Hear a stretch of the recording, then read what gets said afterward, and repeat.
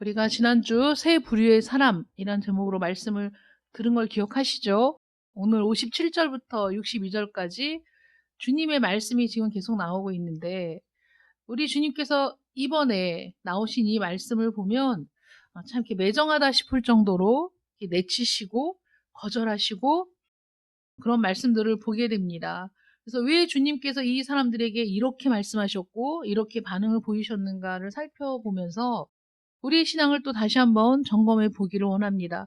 지난주에 우리가 함께 나누었던 첫 번째 사람의 예를 들어보자면 예수님께서 행하시는 모든 일들을 바라보면서 어떤 새로운 희망을 발견하고 자기가 갖고 있는 어떤 이상과 예수님의 행하시는 모든 일들이 부합된다고 생각하면서 젊은 층의 사람들이 많이 이런 부류의 사람이 많은데 자신들이 갖고 있던 어떤 이상이나 꿈이나 비전이나 이런 것들이 우리 주님을 통해 이루어질 수 있겠다라는 기대를 가지고 우리 주님을 바라보면서 거기에 대해서 자신의 마음이 막 뜨겁게 부풀어 오르고 어떤 새로운 세상을 우리가 이룰 수 있을 것이다라는 생각을 갖게 되는, 그래서 주님을 따르겠다고 적극적으로 말을 하고 있지만 우리 주님이 이 사람을 볼 때 적극적으로 따르고자 하는 그 의지 자체가 나쁜 게 아니라 무엇을 따르는가에 있어서 본질을 잃어버리고 자신의 꿈과 이상과 비전에 더 집중하는 그런 모습을 보시게 된 거죠. 그래서 여우도 굴이 있고 공중에 나는 새들도 깃들일 집이 있지만 나는 이 땅에 머리 둘 곳이 없다라고 말씀하신 것은 이 세상에서 사람들이 어떤 이상을 추구하고 비전을 추구할 때는 무엇인가 얻고자 하는 것이 있는 거죠. 구하고자 하는 것이 있고 그것을 얻기를 기대하는데 네가 기대하는 것을 나는 줄 수가 없다라는 말씀이죠. 주님의 능력이 없어서가 아니라 우리 주님께서 이 땅에서 하시고자 하는 일들, 또 그것을 통해서 이루고자 하는 일들과는 핀트가 맞지 않는 그런 목적과 비전과 꿈과 이상을 가지고 그것을 실현하고자 할 때 그런 마음을 가지고 나를 따른다면 나는 너에게 어떤 것도 줄 수가 없다라고 말씀을 하심으로써 굉장히 매정하게 그 사람의 그 열정을 확 깎아놓는 것 같은 그런 이제 표현이 된 것이죠. 그런데 우리가 주님의 말씀을 이렇게 쭉 살펴보다 보면 주님께서 때로는 매정하게 끊어내시는 것 같고 때로는 너무 날카롭게 그 사람의 어떤 잘못된 부분을 지적하시는 것 같아도 이런 과정 자체가 이 사람에 대한 애정이 있기 때문이다. 저는 그렇게 보여집니다. 애정이 있기 때문에 관심 있게 보시는 것이고 관심 있게 보시기 때문에 그가 잘못된 방향으로 지금 생각하고 있다는 것을 일깨우시기 위해서 이렇게 말씀을 하신 것이죠. 첫 번째 사람인 경우는 우리가 그런 부분에 있어서 주님께서 하시는 말씀이 어떤 의미가 있는가를 우리가 지난주에 이제 봤습니다. 두 번째 사람을 한번 살펴보도록 하죠. 두 번째 사람에게 주님은 오히려 먼저 자기 자신을 따르라고 요구하십니다. 두 번째 유형의 사람에게. 우리가 사람의 유형이라는 게 우리 모든 사람들은 각자 독특하지만 유형별로 분류를 할 수 있습니까? 없습니까? 사람들을. 큰 틀에서 어떤 이러한 유형이 있고 이런 유형이 있고 그렇게 나눌 수는 있잖아요. 그러니까 첫 번째 사람과 같은 유형들이 있죠. 이 세상에. 두 번째 사람과 같은 유형도 있는 겁니다. 그럼 우리 주님께서 이렇게 첫 번째 사람의 유형, 두 번째 사람의 유형, 세 번째 사람의 유형을 놓고 말씀하실 때 우리는 그들을 통해서 내 자신이 어떤 유형의 사람인가, 나는 어떤 생각을 가지고 주님을 따르고 있는가를 점검해 볼 필요가 있는 겁니다. 두 번째 사람은 우리 주님이 이렇게 말씀하세요. 또 다른 사람에게 나를 따르라 하시니 그가 이르되 나로 먼저 가서 내 아버지를 장사하게 허락하옵소서.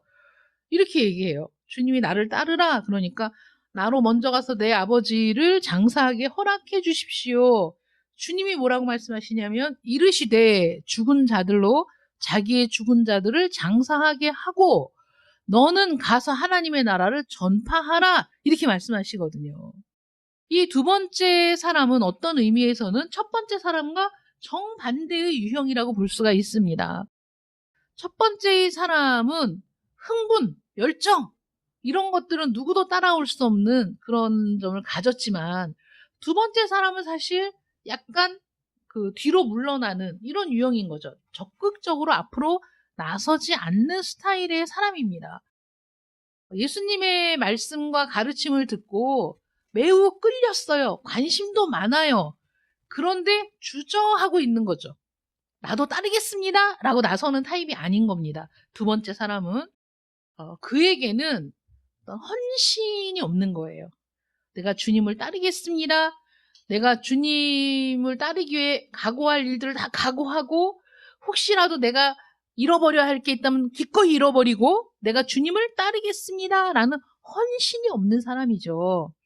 이런 분들이 교회 안에서도 많지 않습니까?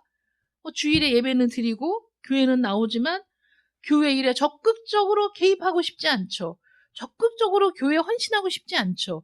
적극적으로 어떤 일에 나서고 싶지 않죠. 나는 그냥 조용히 다니면 좋겠어요. 이렇게 얘기하는 사람도 있잖아요. 근데 주님께서는 그런 사람을 알아보신 거죠, 지금. 그래서 나를 따르라 라고 말씀을 하신 겁니다. 도전을 주셨어요. 야, 나를 따라, 나를 따라와 말씀하시니까 그 사람이 좋습니다. 따르겠습니다. 그런데 나로 먼저 가서 내 아버지를 장사하게 허락해 주세요. 자, 여기 이 말에 숨겨진 의식의 흐름이 무엇인가를 우리가 살펴보자면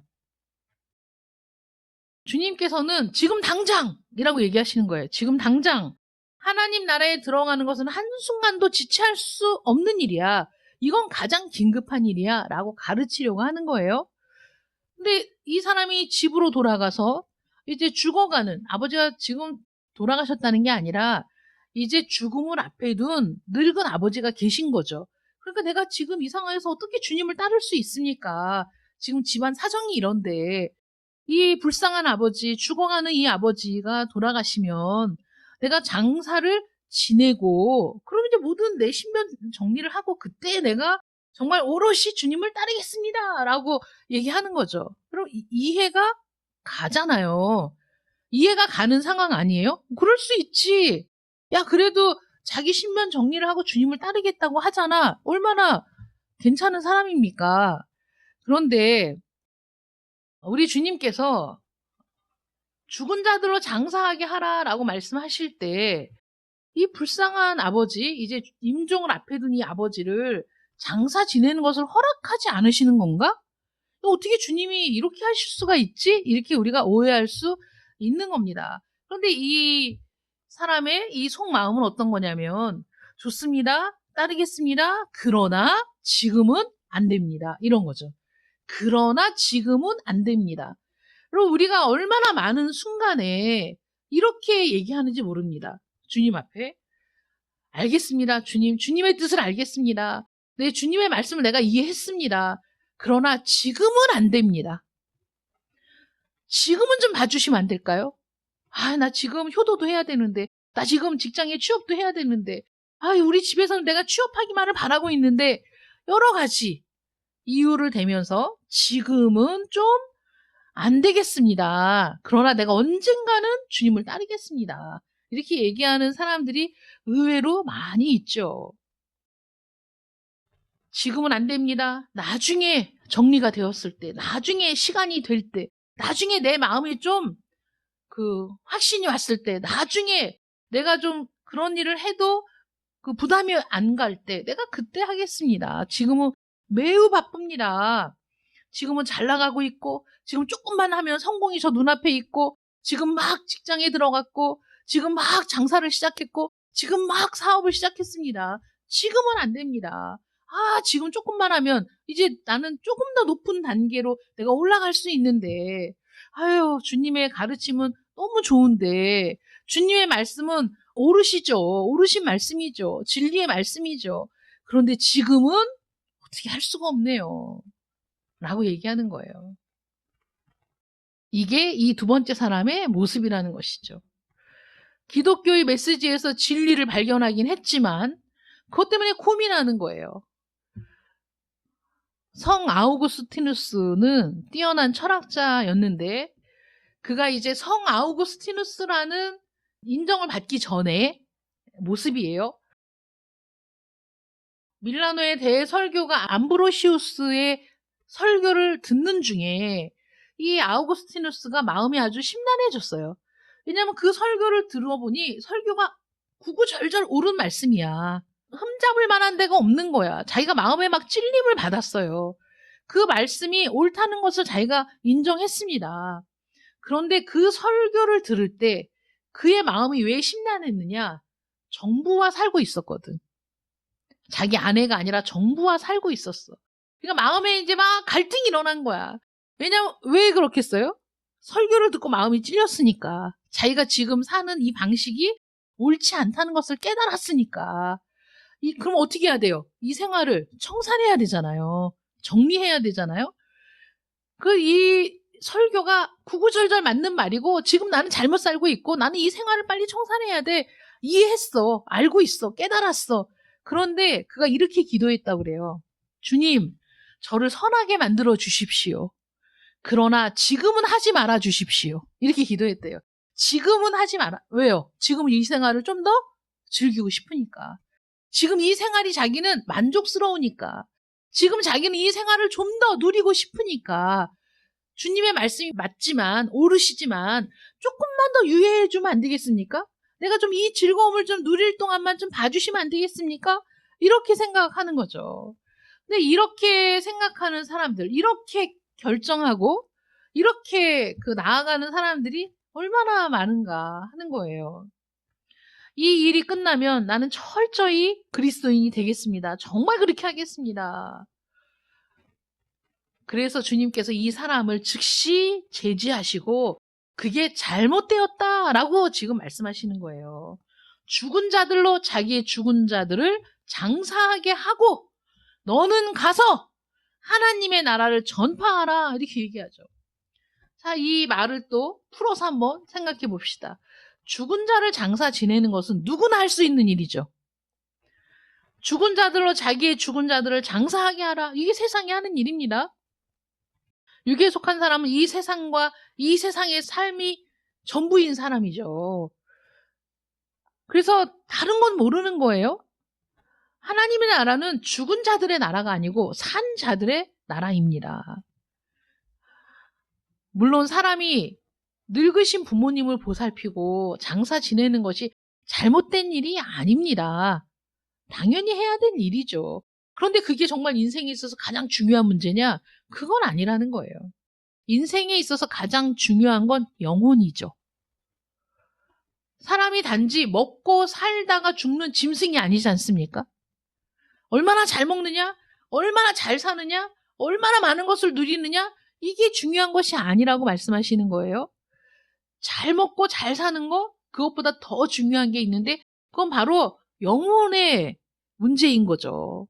사실은 영혼이 잘 되고 잘 살아야죠. 내 영혼이 잘됨 같이잖아요. 순서를 잊어버리면 안 돼요.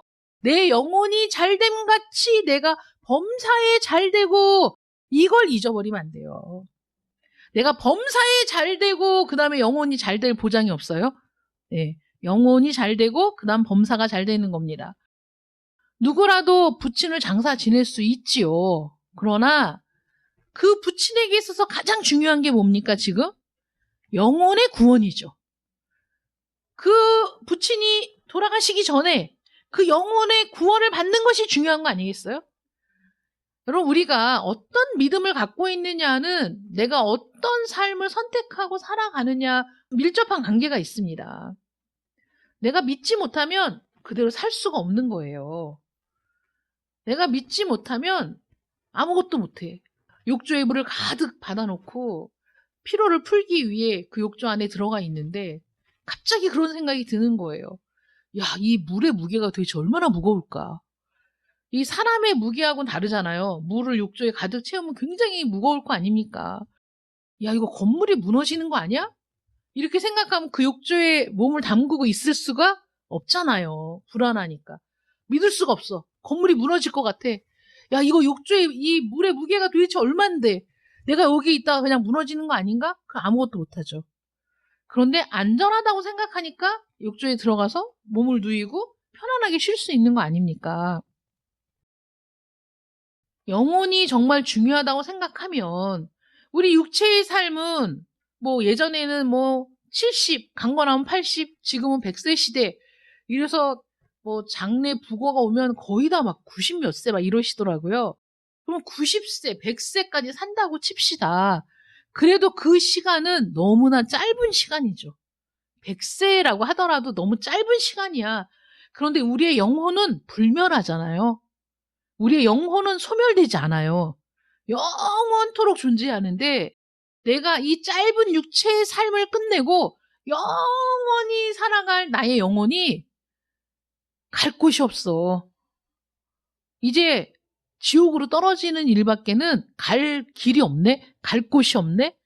이걸 깨달은 사람이라면 아버지가 돌아가시는 거는 순리적인 일이고 어쩔 수 없는 일이고 인간이 막을 수 없는 일입니다. 돌아가시면 장사 지내는 거 누구나 할 수 있는 일이죠.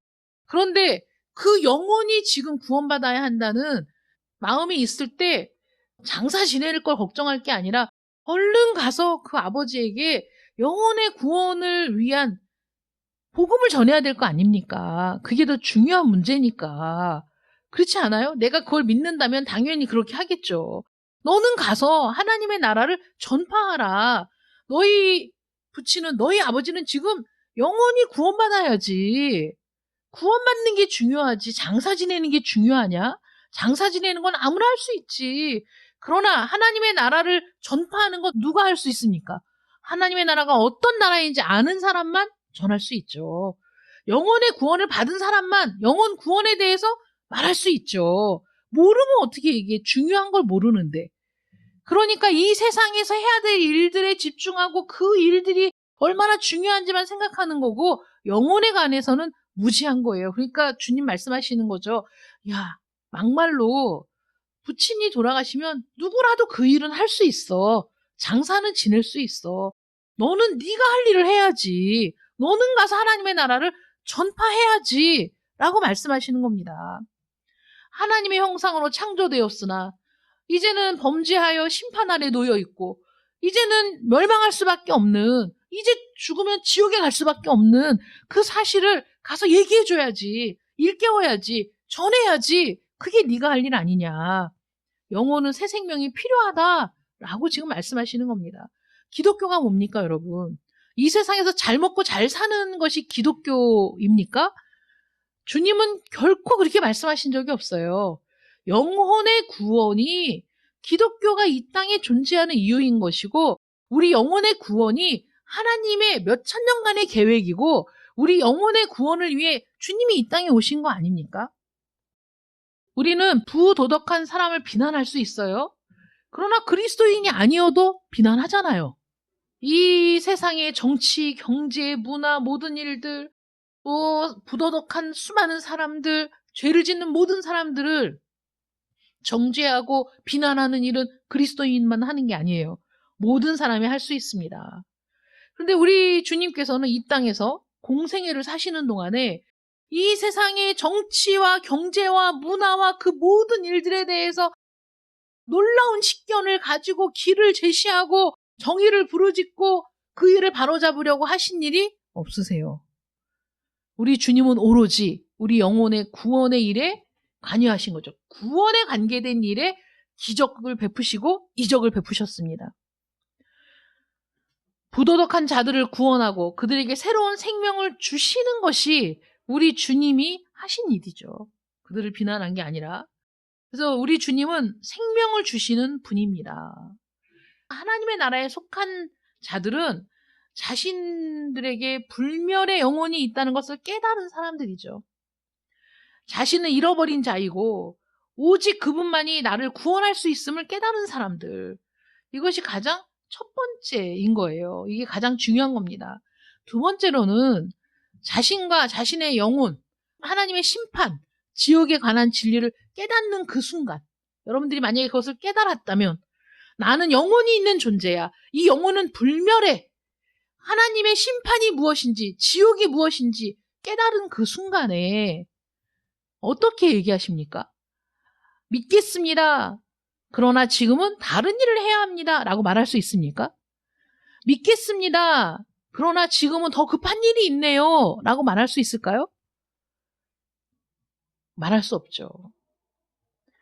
위급한 사람을 병원으로 싣고 갈 때 다른 위급한 일이 뭐가 있어요? 여러분, 교통사고가 났는데 사람이 지금 의식이 없어요. 죽어가고 있어요. 그런데 그 사람을 황급하게 그 응급센터로 이송하는 과정에 그 사람이 옷을 떨어뜨렸는지 그 사람이 가방을 떨어뜨렸는지 이게 중요합니까? 그런 거는 전혀 중요하지 않아요. 생명 앞에서는. 이 생명이 지금 꺼져가고 있어. 생명을 살려야 된다라는 그 대명제 앞에서 아니 옷이 뭔 상관이고 가방이 무슨 상관이야. 사람이 사는 게 먼저지. 당연히 우리가 그렇게 생각하지 않겠습니까? 내 영혼이 지금 영원한 멸망에 떨어질 무서운 위험에 처해 있는데 어떻게 더 중요한 일이 있어서 내 영혼이 지금 영원한 멸망에 처해질 위험에 있음에도 불구하고 나는 이 일이 더 중요하니 이거 먼저 하겠습니다 라고 말할 수 있는 사람이 있겠습니까? 그건 그것을 깨닫지 못한 사람이죠. 깨닫지 못했기 때문이에요. 내 영혼이 구원받아야 한다는 것, 이것은 가장 중요한 일이다. 나중이 아니라 지금 즉시 해야 할 일이다 라고 생각할 수밖에 없다는 거예요.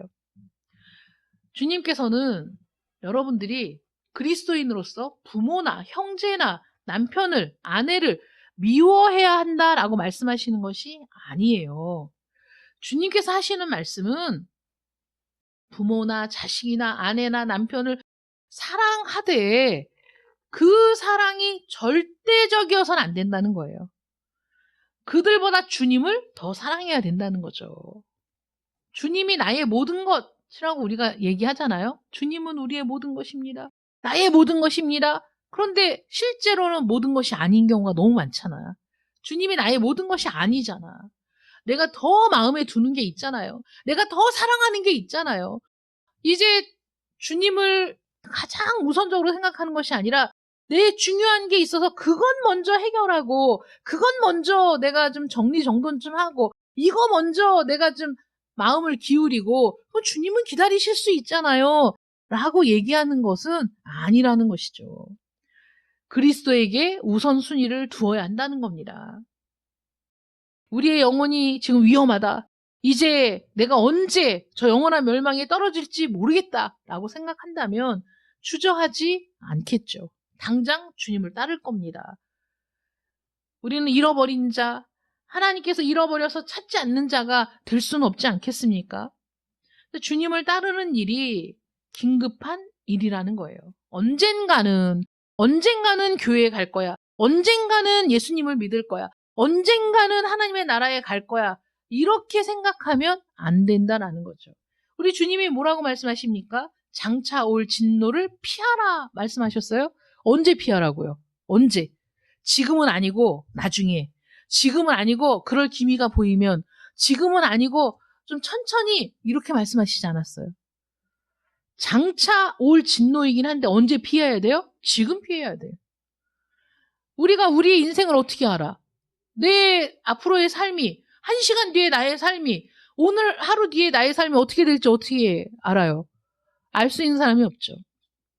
두 번째 이 사람은 자신이 지금 어떤 상황에 있는지를 제대로 파악하지 못하고 주님을 따르는 일이 나중에도 언제든지 가능한 일이라고 생각해서 그렇게 대답을 한 겁니다. 근데 주님의 대답은 아니라는 거죠.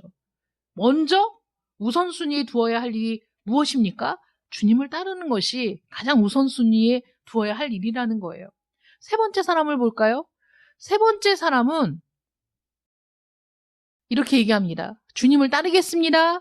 하지만 먼저 가서 식구들에게 작별 인사를 하게 해주세요. 라고 얘기합니다. 이것도 굉장히 합리적인 거 아니에요? 먼저 식구들에게 나 이제부터 주님을 따를 거야 라고 얘기하고 주님을 따르겠다잖아요. 얼마나 합리적인 사람입니까? 그런데 주님은 이렇게 대답하세요. 손에 쟁기를 잡고 뒤를 돌아보는 자는 하나님의 나라에 합당하지 않다라고 책망하시잖아요, 지금.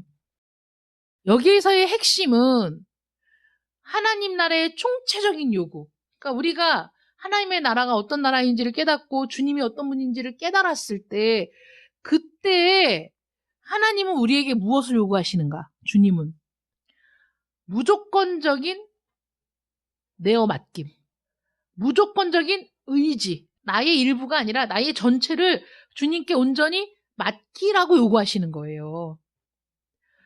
그럼 우리가 기도할 때 응답을 원하시죠? 하나님이 응답하시길 원하시잖아요. 여러분들이 기도할 때. 그런데 여러분들은 응답을 하십니까?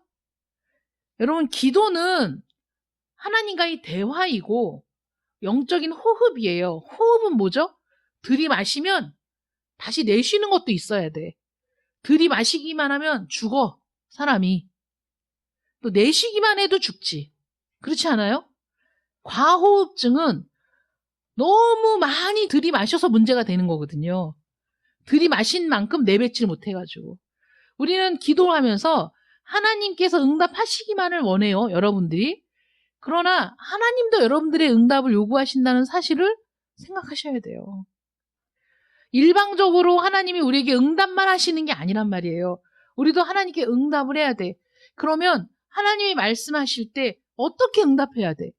요구하신 응답이 이거라는 거예요. 전적으로 내 자신을 하나님께 맡기겠습니다.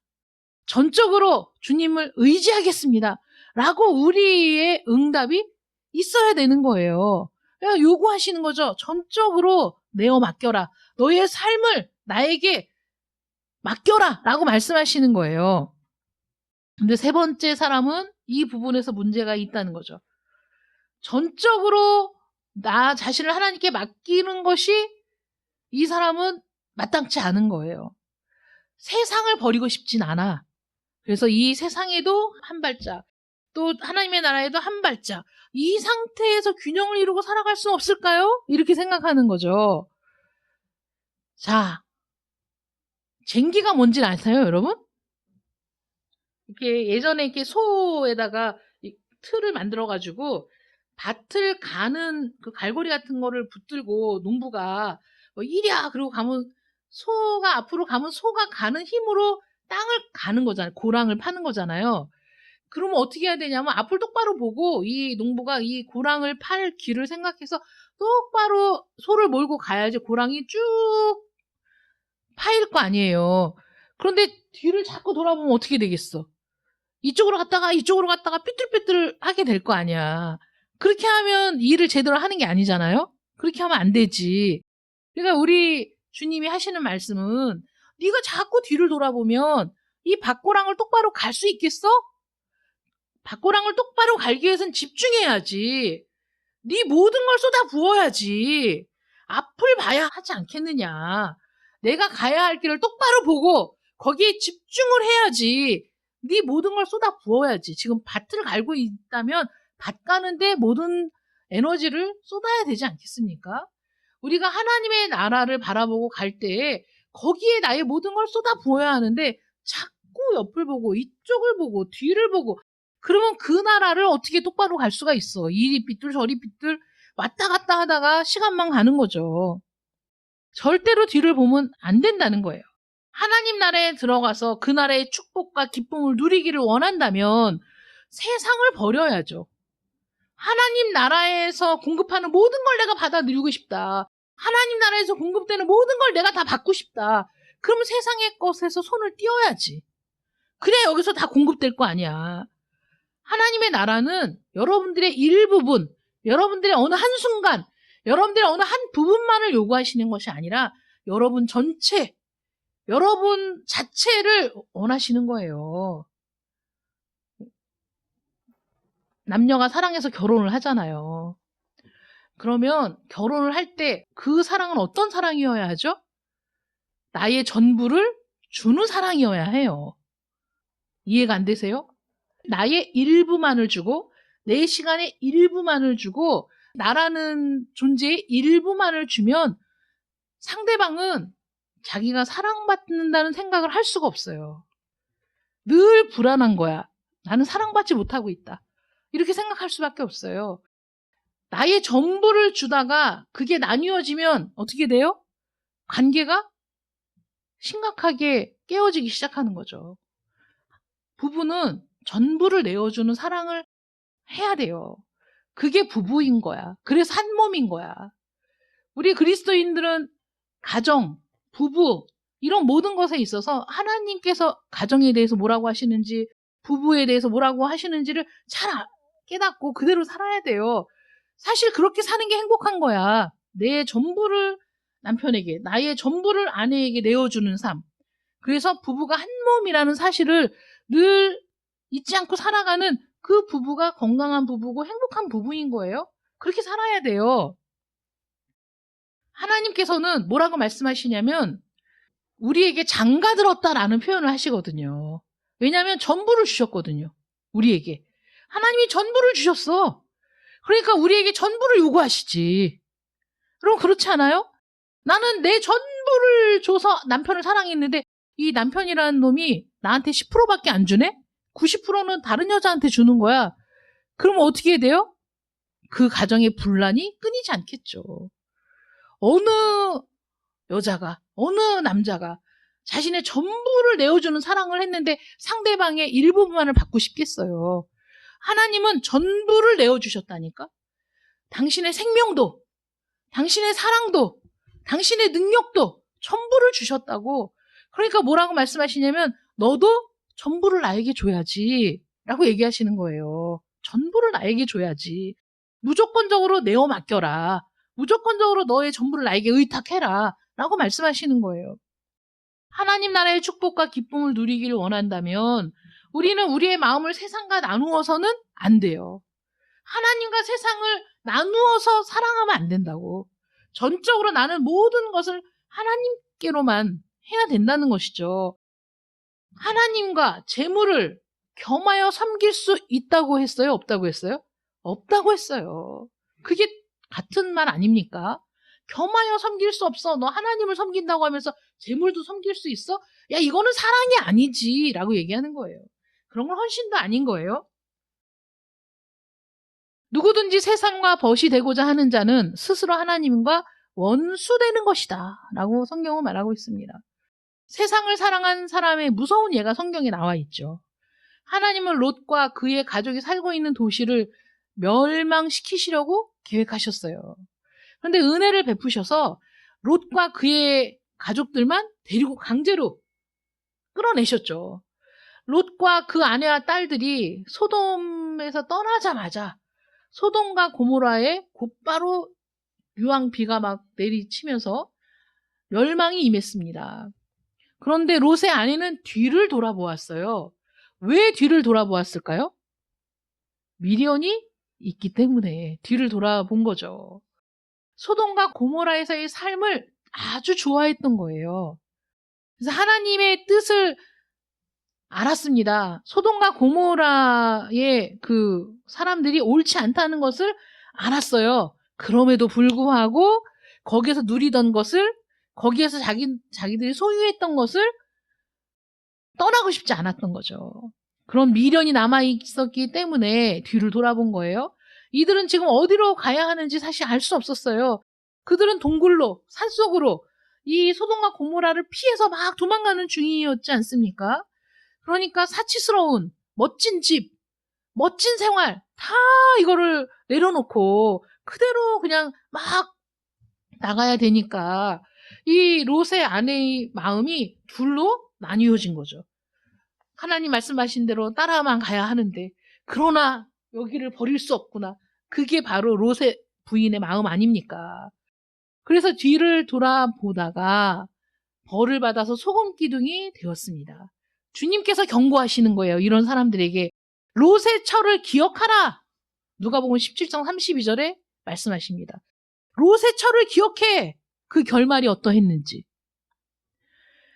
만약에 우리가 이런 것들을 이해한다면 나에게 영혼이 있고 이 영혼을 잃어버린 바 되었다가 우리 주님을 통해서 내 영혼이 다시 회복되었어.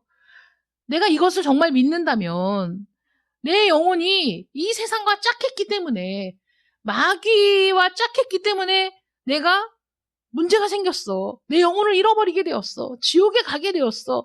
이제 내가 이것을 깨닫게 되었어요.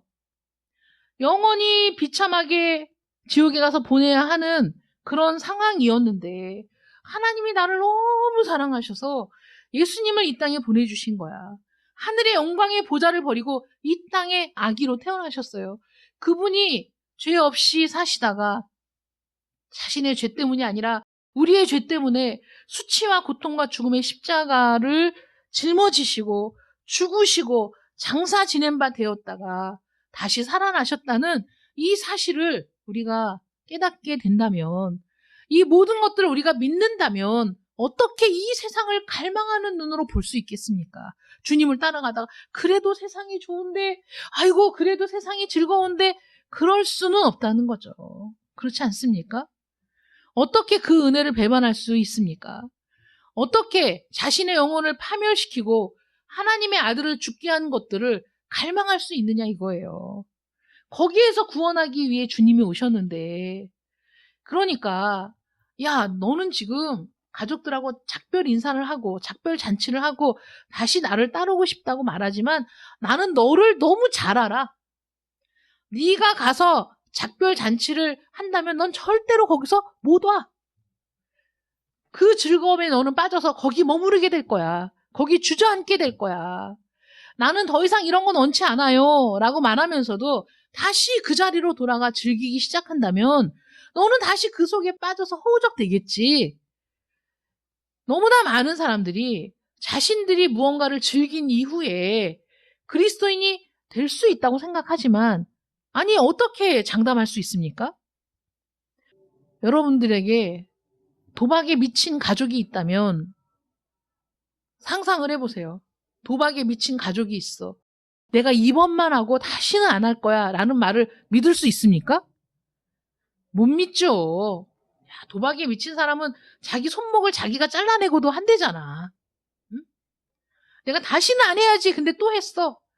내가 이놈의 손목을 잘라야지. 그래도 그 다음에 이 손목을 자르고도 또 간대잖아요. 이 세상이 나를 쉽게 놓아줘요? 아니요. 쉽게 놓아주지 않아요. 그러니까 자꾸 생각나게 한다니까요. 자꾸 떠오르게 한다니까. 그래서 그때 즐거웠지, 그때 재밌었지, 아유 그때 참 좋았지, 불쑥불쑥 그런 생각이 드는 거야. 그런데 우리가 내 자신을 전부 주님께 드렸어. 내 자신을 전부 주님께 의탁했어. 그럼 그런 세상의 유혹을 끊어낼 수 있지만 그렇지 않은 사람은 끊어낼 수가 없는 거야. 아유, 나 가서 그냥 작별 인사만 하고 올게요. 나 가서 딱 한 번만 만나고 올게요. 나가서 잠깐만 내가 보고 올게요. 우리는 그게 안 되는 사람들이라고. 우리는 자기 자신을 너무 몰라. 나는 할 수 있을 것 같아. 안 된다고. 이제 술을 끊겠습니다. 내가 다시는 도박을 안 하겠습니다. 내가 다시는 저 친구들을 만나지 않겠습니다. 얼마나 많은 사람이 수도 없이 약속하고 수도 없이 그 약속을 깨트립니까? 이 세상에는 매력적으로 보이는 것들이 많습니다. 그러나 두 가지를 함께 할 수는 없어요. 두 부인을 둘 수 없어요. 두 남편을 둘 수 없어요. 하나님께서 여러분들에게 여러분들을 보호하고 여러분들의 필요를 채우고 여러분들을 지극히 사랑하는 남편이래.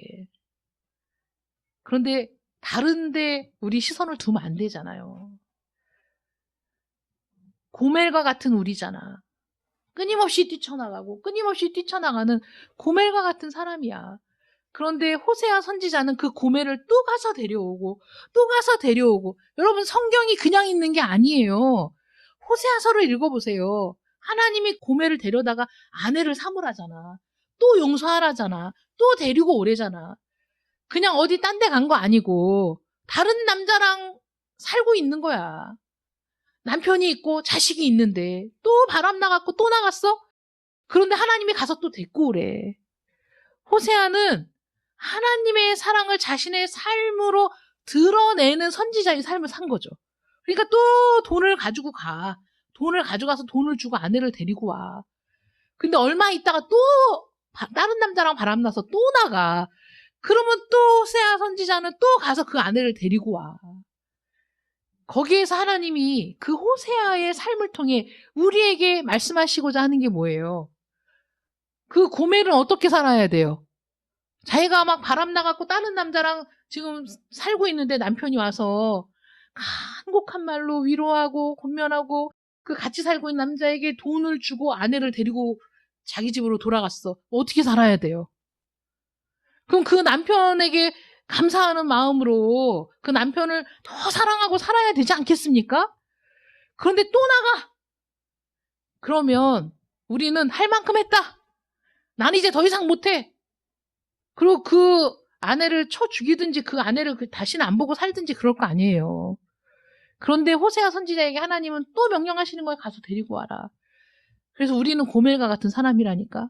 하나님이 그렇게 또 용서하시고 데려오시고 또 용서하고 데려오시고 나중에는 당신의 아들을 죽여서 데리고 오신 거잖아요. 그렇게 하나님이 우리를 부르셨잖아.